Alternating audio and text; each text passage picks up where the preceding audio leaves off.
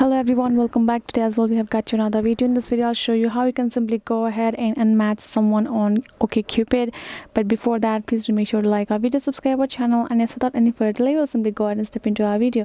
For the matter, what you're going to do, you're going to go ahead first access your OkCupid on your Chrome, or you can do it on your mobile phone as well.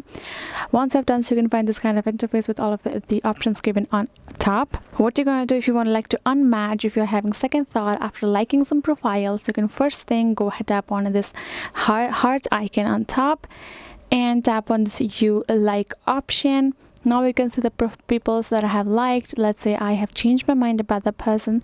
I'm gonna go tap on the profile like this, and I have two options now. First, I can tap on this three dot and I can simply block that person, and then you can see the thing is OkCupid actually gives you a privacy concern, which actually allows you to do your blocking and unmatching, but the other person won't get notified regarding that. So you can just do it. You can tap on this block, you can block that person, and you can basically hide yourself from that person. That person will never see your profile. Otherwise, tapping on this X icon beside this will simply let you have a pass option. Once you tap on this no don't pass, it will skip it, or if you tap on this yes pass, then you will be passing this profile.